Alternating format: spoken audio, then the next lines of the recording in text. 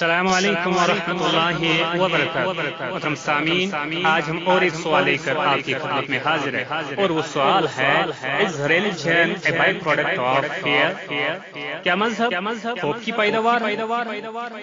بعض ایتھیسٹس نے یہ تصور پیش کیا کہ خدا کا تصور محض خوف کی پیداوار ہے۔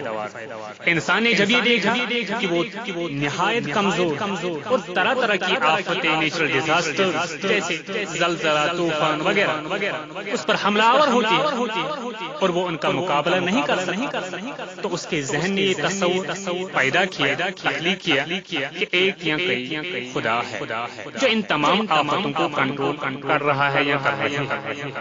اس نے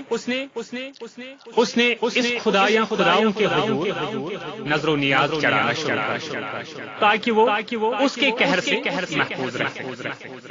اس سے معلوم ہوتا ہے کہ خدا کا تصور انسان کے لاشعوری خوف کی پیداوار، یعنی concept of God is nothing except by product of unconscious fair.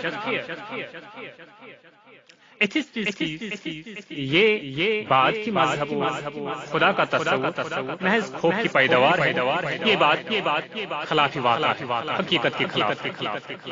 ایتھیسٹس tribal communities کے پالیتھیسٹک ریلیجن یعنی مشرکانہ مذاہب کا مطالعہ کرتے ہیں اور اس کی بنیاد پر جو نتائج اخذ کرتے ہیں اسے بغیر سوچے سمجھے دیگر مذاہب پر تھوپ دیتے ہیں۔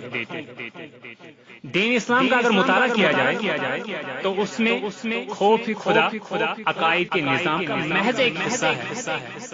اللہ تعالیٰ کی رحمت اور اس کی مخلوق سے محبت کا پہلو اسلام میں زیادہ پایا جاتا ہے۔ اللہ تعالیٰ کے اسماء الحسنی میں سے صرف چند ایسے ہیں جن کا تعلق جذبہ خوف سے ہے، لیکن رحمت سے متعلق ناموں کی تعداد کئی زیادہ ہے۔ مثلاً قہار، جبار جیسے ناموں کی نسبت رحمان، رحیم، رؤوف کی نوعیت کے ناموں کی تعداد زیادہ ہے۔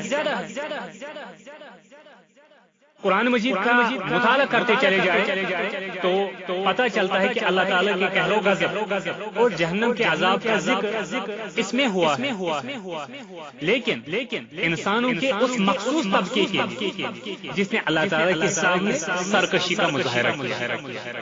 اس کے برعکس اپنی دیگر مخلوق کے لیے اللہ تعالیٰ کی رحمت جس درجے میں قرآن مجید میں بیان ہوئی ہے، اس سے یہ اندازہ ہوتا ہے کہ کم از کم ایٹ لیسٹ دین اسلام خوف کی پیداوار نہیں۔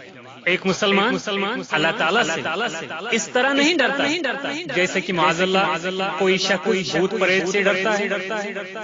اس کے برعکس مسلمان کے اندر جو خوف خدا پایا جاتا ہے وہ اس نوعیت کا ہوتا ہے جیسے کسی شخص کو یہ خوف ہو کہ اس کا محبوب اس سے ناراض نہ ہو جائے۔ مسلمان اللہ تعالیٰ کی ناراضی سے ڈرتا اور اسرار قسم کے خوف کا کوئی تصور اسلام میں نہیں پایا۔ السلام علیکم ورحمۃ اللہ وبرکاتہ۔